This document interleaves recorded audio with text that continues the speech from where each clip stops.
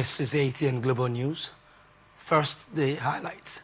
Pastor Shimolowo declares supernatural turnaround at CCROW Crusade. OT intensifies security measures, considers pardons for inmates. Tinubu nominates Omokri, Fani Kayode, Ugwanyi, others as ambassadors. NICOM sets July 2026 deadline for insurance recapitalization. Trump declares Venezuelan airspace closed amid rising tensions. Manchester City beat Leeds United 3-2. Sabinus reviews father initially opposed comedy career.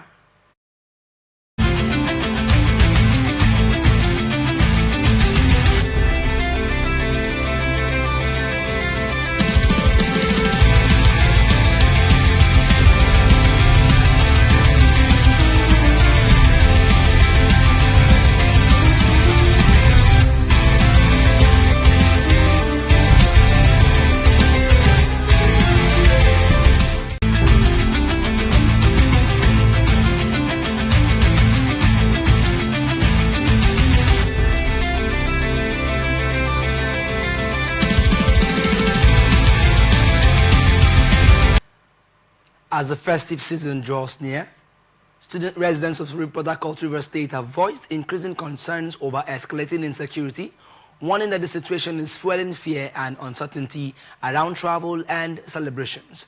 Speaking with our correspondent, several residents lamented what they described as insufficient government measures to protect citizens during this period, leaving communities vulnerable to frequent criminal activities. Some accused authorities of prioritizing personal interest over the welfare of the public. Residents called on community leaders to implement more coordinated and proactive security measures to safeguard their people. They also advised the public to limit travel until a more secure environment.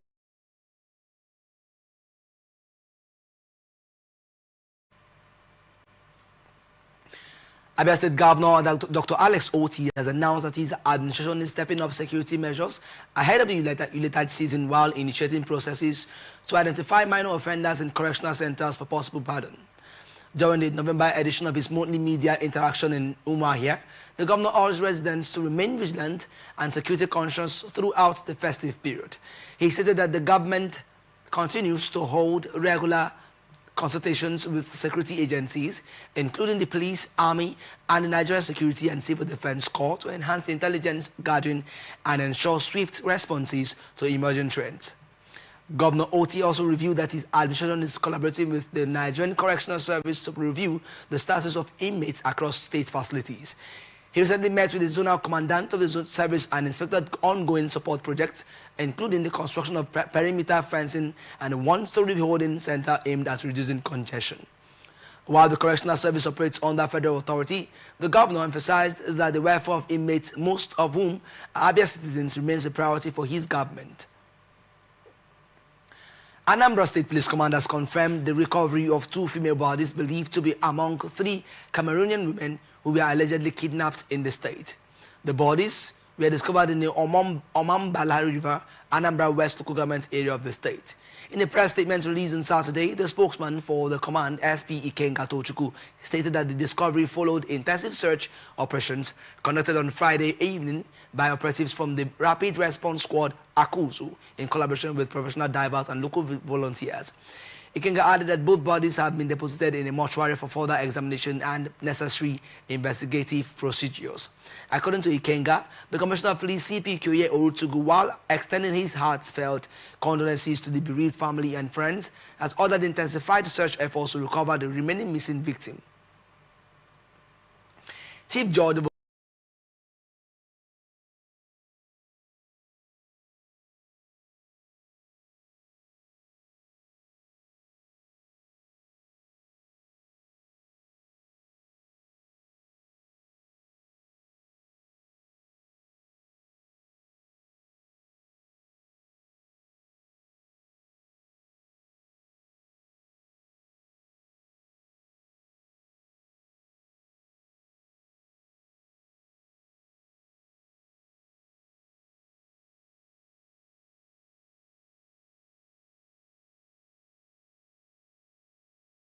Lemi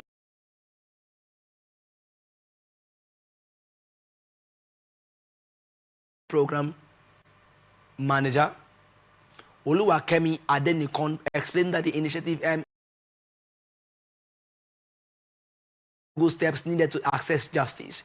The program is carried out in collaboration with national and international partners to strengthen support for survivors of sexual violence. Benue State government has sued St. John's Hospital in the Otukpo area over alleged substandard medical practices, including a reported case in which both breasts of a patient were removed on November 25 without adherence to clinical guidelines. The State Commissioner for Health and Human Services, Dr. Paul Oguche, confirmed the action to newsmen on Saturday, saying the facility was shut down for not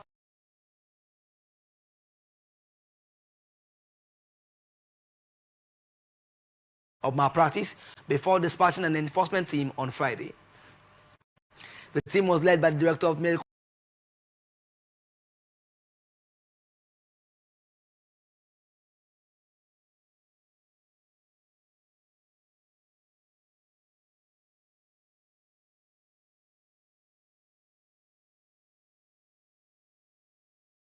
issued an informal query and report to the Ministry for further investigation.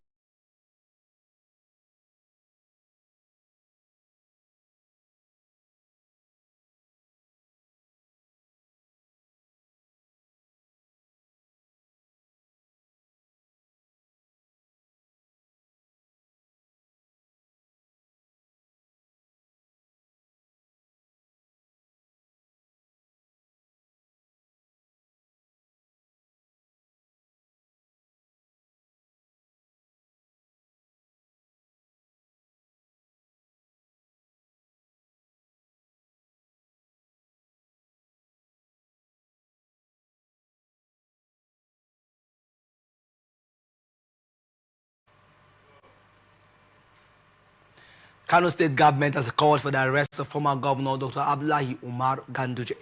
State Commissioner for Information Ibrahim Abdullahi Waya said this while briefing journalists on the outcome of the State's Executive Council meeting.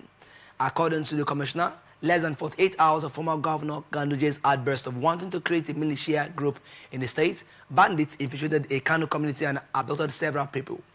Commissioner Waya also said the state government noted with the effort of President Bola Ahmed Tinubu in his efforts to ensure security of lives and property of Kano citizens.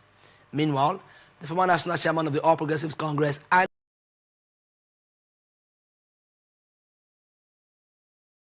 for his arrest by the founded and irresponsible.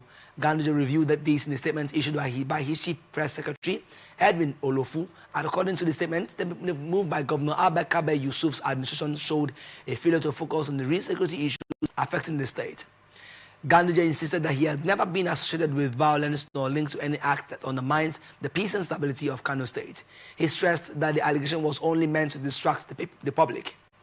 He urged Governor Yusuf to focus on his constitutional duty of protecting Kano residents instead of engaging in political theatrics and issuing unfounded allegations. 3 people have been confirmed dead and several shops destroyed in 2 separate fire incidents that occurred in Kano State on Friday, 28 November 2025. According to the Kano State Fire Service, the first tragedy happened at about 1:30 p.m. when a petrol tanker fell and burst into flames at the Kura Market Junction along Zaria Road in Kura local government area. Public Relations Officer of the agency, ACFO Saminu Yusuf Abdullahi, said the service received a distress call from a retired civil defense officer, Dan Lami Muhammad, reporting the fallen tanker. He added that 4 people were affected, 3 of whom were found unconscious and later confirmed dead, while the cyclist escaped with minor injuries. The victims were handed over to ASP Ahmad Lawan of the Kura Police Division after a joint rescue operation involving the fire service, the police, and the Federal Road Safety Corps. 2 fire trucks, one from the headquarters and another from the Kura fire station, responded to the emergency. The cause of the accident is still under investigation. The second incident, Abdullahi stated, occurred at about 2:45 p.m. when the Central Control Room received a call from the fire service staff member, Fire Assistant 3 Ahmad Gwangwazo, reporting a fire outbreak at Hamoshu Plaza on Maiduguri Road in Taruni local government area. A fire truck attached to the ongoing trade fair was deployed to contain the blaze. The cause of the fire is also being investigated. The director of the agency, Alhaji Sani Adnas, appealed to residents to exercise caution, especially during the Hamatan season. The fire service assured the public of its continued commitment to emergency response across the state. Bauchi State Police Command has launched an investigation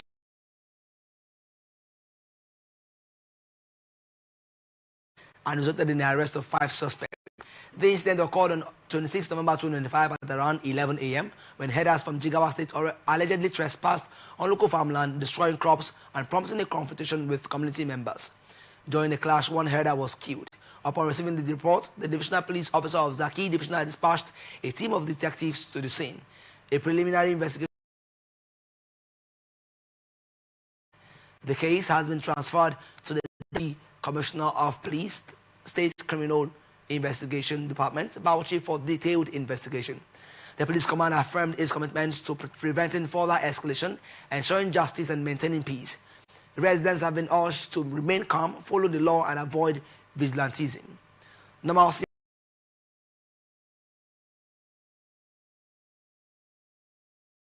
All suspects in custody will be charged in court for relevant offences. Jigawa State government has finalized preparations for a major polio vaccination exercise targeting 1.5 million children across the state.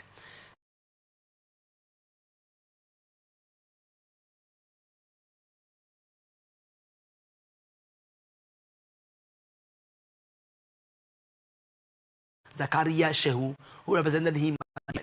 According to him, the vaccination exercise will run from November 29 to December 2, 2025, covering all 27 local government areas of the state. Workforce to ensure smooth implementation. He added that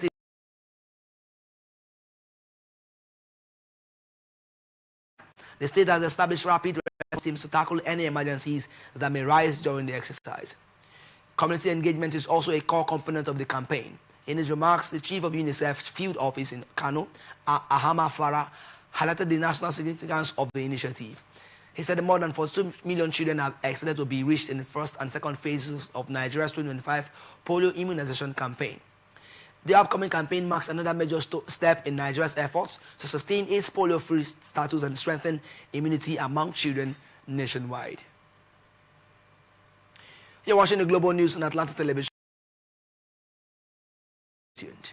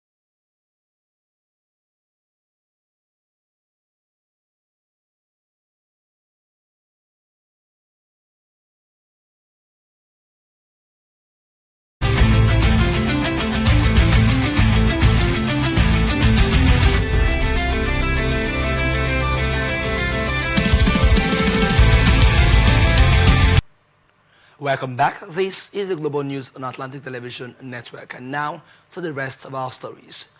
President Bola Tinubu has nominated 32 persons, including the former governor of Enugu State, Ifeanyi Ugwuanyi, immediate past chairman of the Independent National Electoral Commission, Mahmood Yakubu, ex-minister Femi Fani-Kayode, and ex-presidential aide Reno Omokri as ambassadors. Others in the list include the former governor of Abia State, Okete Ikpeazu, a former deputy governor of Lagos State, Femi Pedro, Ondo senator and businessman, Jimoh Ibrahim, a former executive first lady, Erelu Angela Adebayo, and former Adamawa senator Grace Bent also made the list of nominees. Tinubu has already forwarded their names to the Senate for the confirmation of their appointment. A breakdown of the list shows that there are 4 women on the career ambassadors list and 6 on the non-career ambassadors list. Others who were nominated as non-career ambassador designates are Ogbonnaya Kalu from Abia, a former speaker of the Katsina House of Assembly, Tasiu Musa Maigari, a former commissioner in Plateau State and ex-deputy executive secretary of the Universal Basic Education Commission, Yakubu N. Gambo. It also includes a former senator from Plateau, Nora Ladi Dadut, Nkechi Linda Ofochukwu from Anambra State, ex-First Lady of Oyo, Fatima Florence Ajimobi, former Lagos Commissioner Lola Akande, and the former ambassador of Nigeria to the Holy See, Paul Oga Adiku from Benue State. Apart from these, Tinubu also nominated career ambassador and high commissioner designates. They are Enebechi Monica Okochukwu Abia, Yakubu Inyaku Dan Lade Taraba, Maimuna Ibrahim Besto Adamawa, Musa Abaka Kebi, Sindof Payebi, Ndoni Bayesa Chima Geoffrey Lioma David Ebonyi, and Mopolola Adola Ibrahim Ogun. Abimbola Samuel Riben, Ondo, Yvonne Innocent Oduma, Edo, Hamza Mohammed Salahu Niger, Ambassador Shehu Bade Katsina, Ambassador Ahmed Mohammed Monguno Boronu were also nominated. Others are Ambassador Muhammad Saidu Dahiru Kaduna, Ambassador Olatunji Ahmed Sulu Gambari Kawara, and Ambassador Hawahab Adekola Akande Oshun. The latest list of nominees came days after President Tinubu sent the first set of 3 names to the upper lawmaking body for confirmation. Those in the first list sent for screening and confirmation were Ambassador Ayodele Oke Oyo, Ambassador Amin Mohammed Dalhatu Jigawa, and retired Colonel Latif Kayode Are Ogun. President Bola Tinubu has celebrated Nigeria's election into the Council of the International Maritime Organization for the 2026 to 2027 biennium, describing it as a clear validation of the nation's rising profile in global maritime affairs. Nigeria secured re-election into Category C of the IMO Council during the organization's General Assembly in London on Friday, November 28, marking the country's comeback to the maritime decision-making body after a 14-year absence. In a statement issued on Saturday by his Special Advisor on Information and Strategy, Bayo Onanuga, the president said the vote of confidence from member states underscores Nigeria's commitment to maritime safety, security, environmental protection, and adherence to international regulations. Tinubu commended the Minister of Marine and Blue Economy, Adegboyoga Oyotola, officials of the ministry, the Nigerian Maritime Administration and Safety Agency, and Nigeria's diplomatic representatives from their strategic engagement and professionalism throughout the campaign. He assured the global maritime community that Nigeria is prepared to contribute meaningfully to global efforts aimed at ensuring safer seas, cleaner oceans, and more efficient maritime transportation, while promoting cooperation and fairness in international maritime governance. The president also expressed gratitude to IMO member states for their support, promising that Nigeria will justify the trust reposed in it through sustained leadership and active participation in advancing shared maritime goals. Former Vice President Atiku Abubakar has declared the African Democratic Congress as the only political party capable of addressing Nigeria's current economic and security challenges. He made the remarks during the inauguration of the ADC's Taraba State Office in Jalingo, the state capital. Atiku, who officially defected to the ADC on Monday, stated that his experiences with the All Progressives Congress, the People's Democratic Party, and other parties showed they lack the capacity to pull Nigeria out of its current quagmire. His defection comes 17 months ahead of the 2027 general elections. Prior to joining the ADC, Atiku was a high-profile member of the PDP, which he left in July, citing irreconcilable differences within the party. He projected that the party would win in Taraba State and ultimately in Nigeria. In response to Atiku's defection, Senator Adams Oshomole, representing Edo North, criticized the former vice president, arguing that his long-standing involvement in the PDP demonstrated an inability to provide effective leadership. Oshomole recalled Atiku's earlier departure from the APC, suggesting that his moves between parties were driven by personal political ambitions rather than the capacity to resolve national challenges. The senator questioned Atiku's ability to lead Nigeria, citing his inability to restructure or stabilize his previous parties despite holding influential positions within them. Minister of State for Defense Alhaji Bello Matawale has stressed that emerging technologies such as artificial intelligence, data analytics, advanced imagery, and cyber capabilities are enhancing the military's ability to detect, analyze, and respond to threats. He highlighted the importance of combining technology with human intelligence during the Chief of Defense Intelligence Annual Conference 2025 in Abuja. Participants examined strategies for integrating multi-source intelligence into Nigeria's security framework and reviewed cases where intelligence solutions prevented crises. Matawale assured that recommendations from the conference will be implemented and encouraged the armed forces to strengthen interagency cooperation and uphold professionalism. Chief of Defense Intelligence Lieutenant General Emmanuel Undiadenye described the conference as a platform for sharing experiences, exploring emerging concepts, and reinforcing collaboration across national and regional security institutions. He emphasized the need for synergy across human signals, geospatial, and open source intelligence to address complex threats effectively. Church of Nigeria Anglican Communion has condemned the killing of Venerable Edwin Archie of the Diocese of Kaduna and called on the federal government to expose and punish the sponsors and financiers of violent attacks across the country. The church also demanded the immediate release of the late cleric's wife and daughter, who remain in captivity. In a statement signed by the primate, the Most Reverend Henry Ndukubwa, the church mourned the priest's death following a month-long abduction, describing it as a tragedy that wounds the conscience of the nation. The primate praised Archie as a faithful servant of God whose life of sacrifice and conversion was cut short, highlighting the growing insecurity affecting communities nationwide. The church warned that Nigeria cannot overcome its security challenges without unmasking the networks, funding, and facilitating attacks. It urged the federal government, security agencies, and international partners to confront the root of the violence, emphasizing that those supporting such attacks must face consequences proportionate to their actions. The statement also issued an emotional appeal for the release of the priest's family and extended prayers to all others still held in captivity, calling for compassion and national resolve. And now to some business news.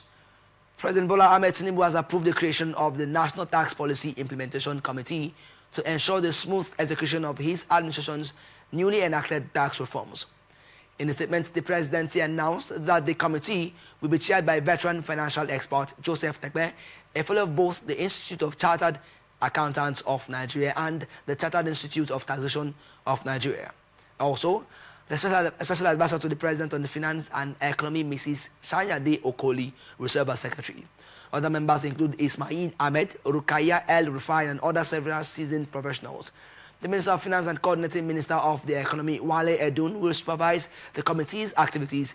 According to the presidency, the NTPIC is mandated to carry out extensive consultations with public and private sector stakeholders to ensure broad input into the implementation process.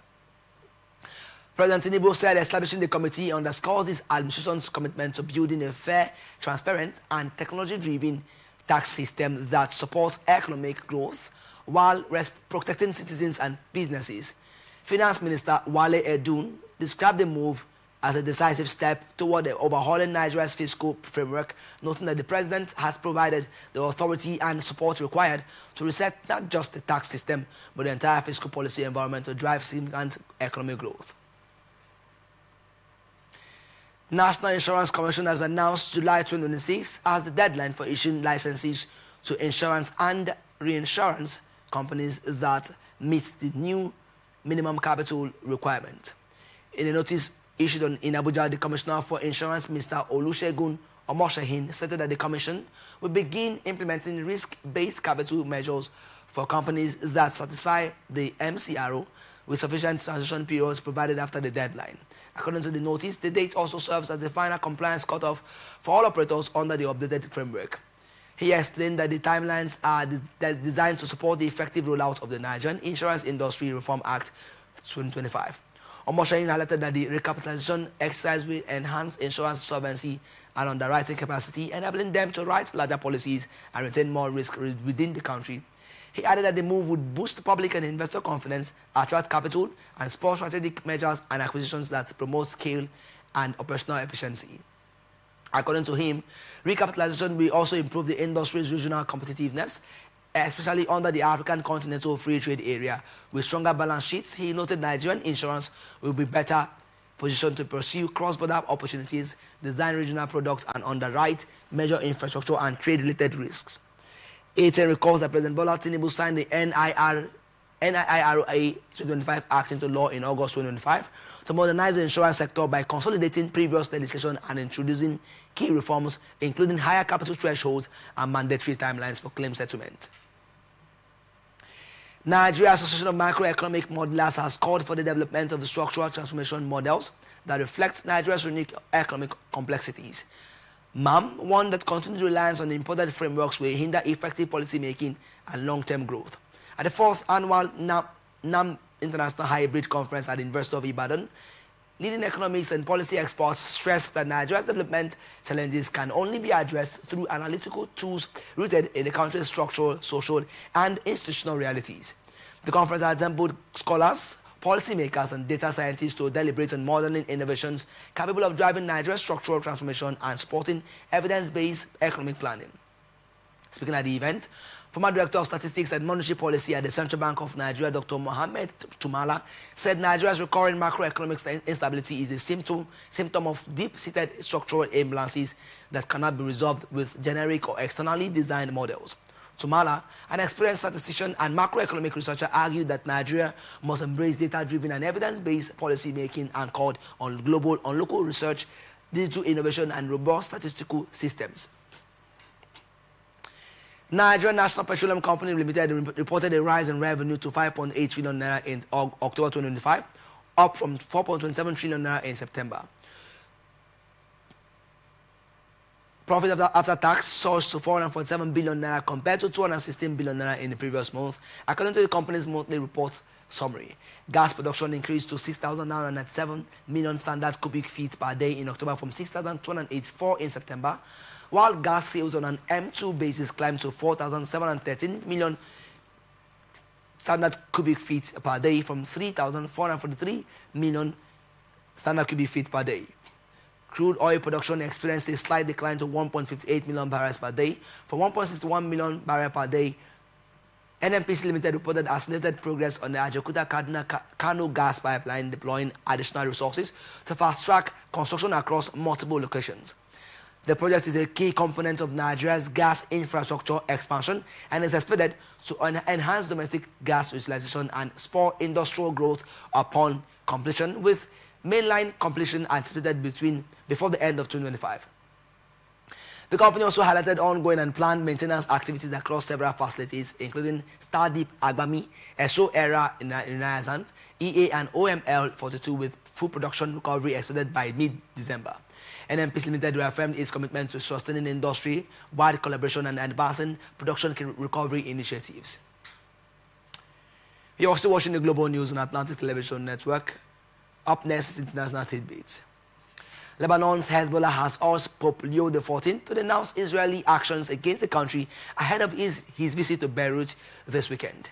The Iran-backed group, weakened after more than a year of hostilities that escalated into 2 months of open war with Israel, said it remains committed to coexistence, but will continue to support the Lebanese army and population against any aggression or occupation. Although a ceasefire reached in November 2004 was intended to halt confrontations, Israel has continued regular strikes on Lebanon, claiming to target Hezbollah operatives and facilities. Israeli forces also remain stationed in 5 strategic areas in southern Lebanon. Amid U.S. pressure and fears of a wider conflict, the Lebanese government has pledged to disarm Hezbollah, a move the group has rejected. Hezbollah deputy leader Naim Qassem confirmed that a letter had been prepared for the Pope and will be made public. He reiterated the group's compliance with the ceasefire and called for an end to continued Israeli strikes while acknowledging the possibility of a renewed conflict. Pope Leo XIV is expected in Lebanon on Sunday for a 3-day visit, which includes an open-air mass at Beirut's waterfront, expected to draw around 120,000 worshippers, and an interfaith meeting in the capital. Hezbollah welcomed the visit, hoping it will advance peace, protect Lebanon, and end the aggression. Health Ministry of Hamas-run Gaza reported on Saturday that more than 70,000 people have been killed since the conflict between Israel and Hamas began over 2 years ago. The milestone comes amid a fragile U.S. brokered ceasefire which has largely held despite accusations from both sides of violations. According to Gaza's health ministry, the total death toll has risen to 7,100 since the ceasefire took effect in October 10. In October, 10,354 Palestinians have reportedly been killed by Israeli fire. In the past 48 hours, 2 bodies were brought to hospitals in the Gaza Strip, including one recovered from beneath rubble. The ministry explained that the recent increase in the death toll reflects the processing and approval of data relating to 299 bodies by the authorities. Despite the ceasefire, Gaza continues to face a severe humanitarian crisis. The war began with Hamas's attack on Israel on October 7, 2023, which killed 1,221 people and resulted in 251 abductions into Gaza.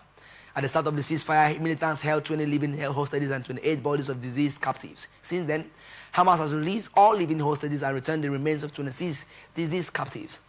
In exchange, Israel released nearly 2,000 Palestinian prisoners and returned hundreds of bodies of dead Palestinians. Sri Lanka has declared a state of emergency as devastating floods and mudslides caused by Cyclone Ditwa have killed 153 people, with another 191 still reported missing.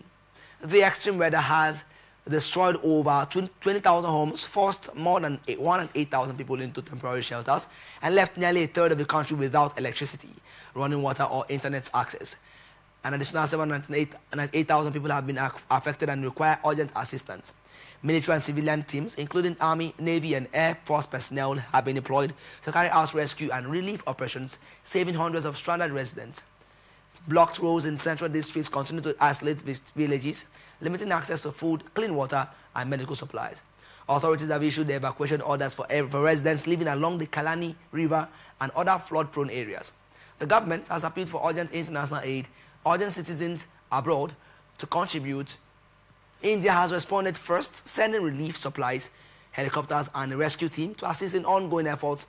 Cyclone Ditwa, which has now moved toward India, is considered Sri Lanka's deadliest natural disaster since 2017 and the worst flooding since 2003.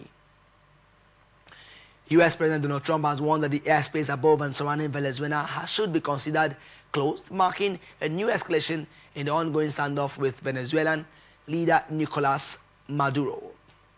The Trump administration has increased pressure on Venezuela with a major military deployment in the Caribbean, including the world's largest aircraft carrier. While Washington frames the effort as targeting drug trafficking, Caracas views it as a push for regime change. Since early September, U.S. forces have conducted strikes against more than 20 vessels alleged to be involved in Venezuelan drug smuggling, resulting in over 80 deaths.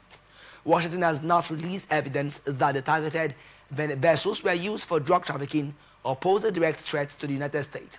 The heightened military activity has raised regional tensions, prompting U.S. aviation authorities to advise civilian aircraft to exercise caution when operating in Venezuelan airspace. In response, 6 major airlines serving South America, including Iberia, TAP, Avianca, LATAM, GOL, and Turkish Airlines, suspended flights to Venezuela. Caracas subsequently banned these airlines, accusing them of participating in U.S.-led state terrorism. Reports indicate that Trump and Maduro spoke by phone last week to discuss a potential meeting in the United States.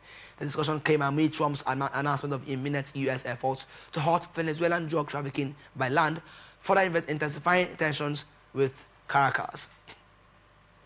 And here now is ATN Sports News.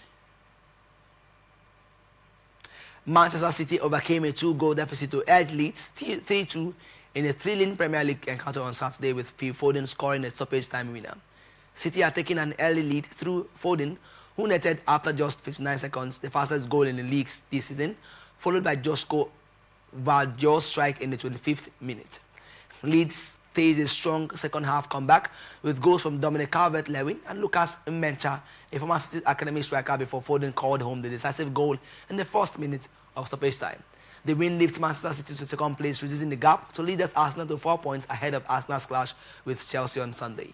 Erling Haaland, the Premier League's top scorer, went scoreless for a third consecutive game, leaving Foden to rescue City from a potential 3-match winless streak across all competitions.